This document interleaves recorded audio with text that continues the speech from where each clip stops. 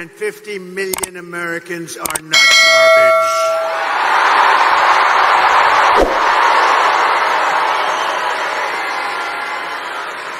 This week, Kamala has been comparing her political opponents to the most evil mass murderers in history. And now, speaking on a call for her campaign last night, crooked Joe Biden finally said what he and Kamala really think of our supporters. He called them garbage. No way. No way. And they actually mean it, even though without question, my supporters are far higher quality than crooked Joe or lying Kamala. Higher quality. My response to Joe and Kamala is very simple. You can't lead America if you don't love Americans. That's true. You can't be president if you hate the American people, which I believe they do. And Kamala Harris is not fit to be president of the United States. In no way is she fit. She doesn't have the intellect, the stamina, or that special quality that real leaders, people like Brett Favre have. They don't have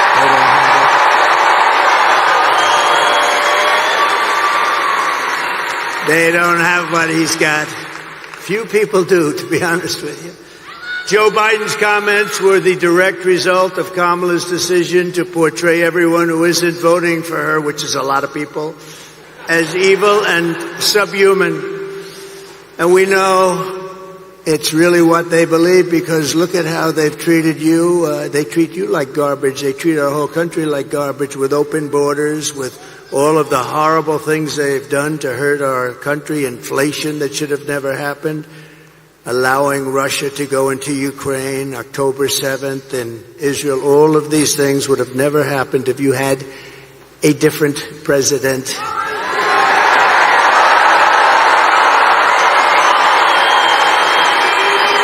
For the past 9 years, Kamala and her party have called us racists, bigots, fascists, deplorables, irredeemables, Nazis, and they called me Hitler. They've bullied you, they've demonized us, they've censored us, they've deplatformed us, and they weaponized the power of our own government against all of us. They've taken your money, they've thrown open your borders to criminals and terrorists, they've flooded your towns with deadly drugs and death. They're incompetent people. They've given your jobs to illegal migrants and sent our blood and treasure to fight in stupid foreign wars where the countries don't even know who we are and where we've never heard of the country. This Tuesday is your chance to stand up and declare you are not going to take it anymore.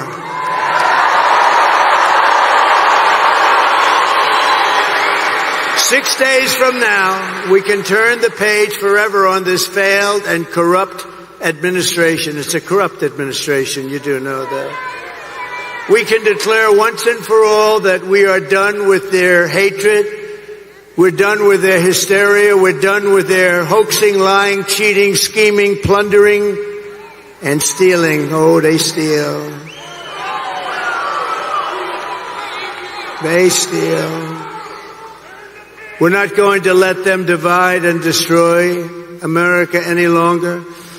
What we have built is the biggest, broadest, most incredible coalition and the greatest political movement in the history of our country.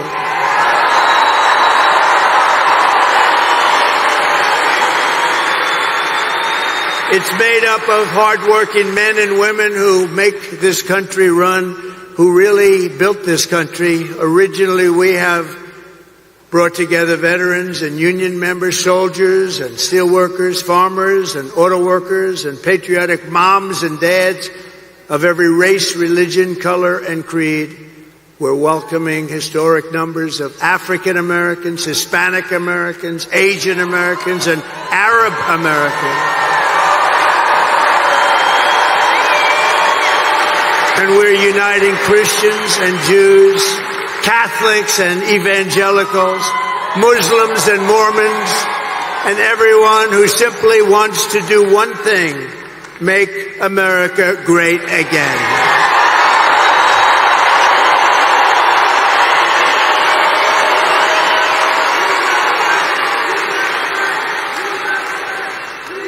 Thank you. Our campaign has been endorsed by the 400,000 members of the Fraternal Order of Police and every single police group all around our country.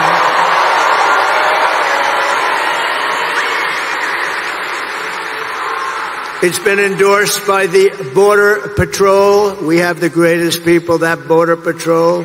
Those agents are incredible. They've given me the strongest endorsement you've ever heard. The greatest president ever, they said. And they said, she is the worst person we've ever worked for. She, in 4 years, never called us one time about the border. And it's destroying our country, the border.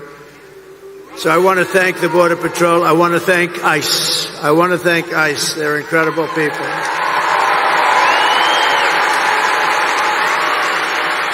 We've been supported by the rank and file membership of the Teamsters, 62%. Think of that. By our beautiful and very brilliant Elon Musk. Do we love Elon?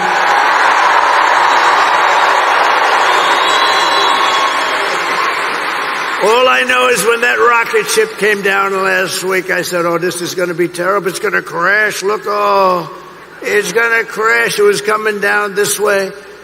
And then those jets kicked in. The fire was pouring all over the place. I said, what's going on? And all of a sudden it started to be perfect, straight, dropped down. Then those arms grabbed it like you grab your little baby, grabbed it. And I said, who the hell pulled off that? I thought it was a science fiction movie, actually. I called up Elon. I said, Elon, was that you? He said, that was me. I said, that's why we love you, Elon. I said, can Russia do that? No, they can't. Can China do that? Nope, they can't. Can the U.S. do it other than you? No, they can't. I said, well, special guy, right? Special guy. Special guy.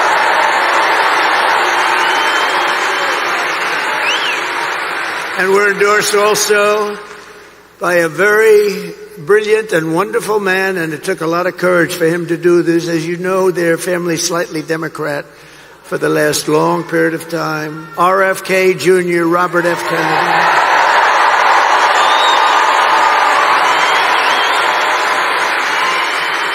And he's going to be with us, and he's going to make sure our food is safe, our people are safe, our women are safe.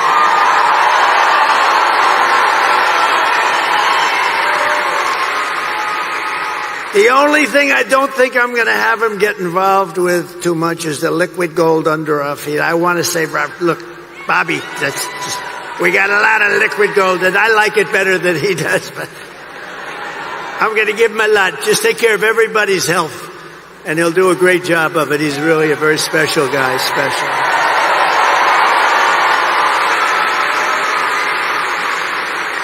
And Tulsi Gabbard, respected by everybody, she just signed on and endorsed me and became a Republican.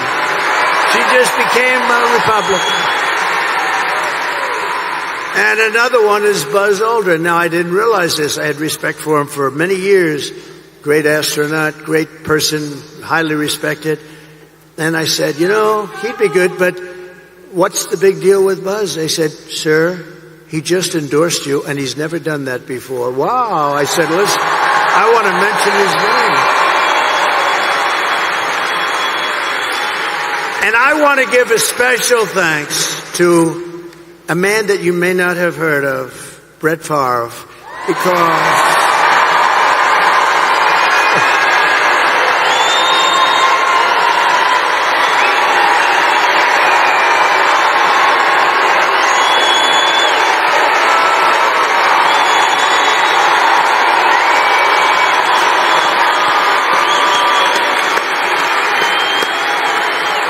his great family.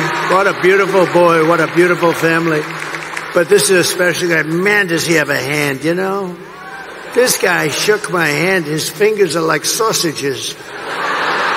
No wonder he can throw the ball so hard. There was nobody like him, really. I've watched him throw those 500-yard games like it was nothing. He was flinging it.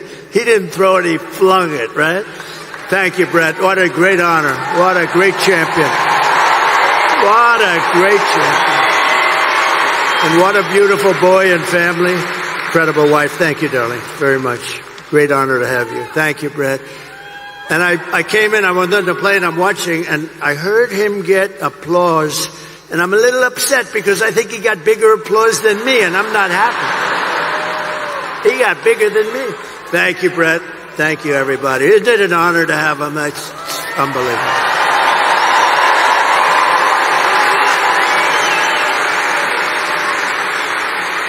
Kamala and Joe call all of us, and them, even them, garbage. I call you the heart and soul of America. You are the heart and soul. You built our country. You know? You built our country. You built it. Far more than they built it, I can tell you that. You built it. And by the way, I want to thank all of our incredible sanitation workers all across America.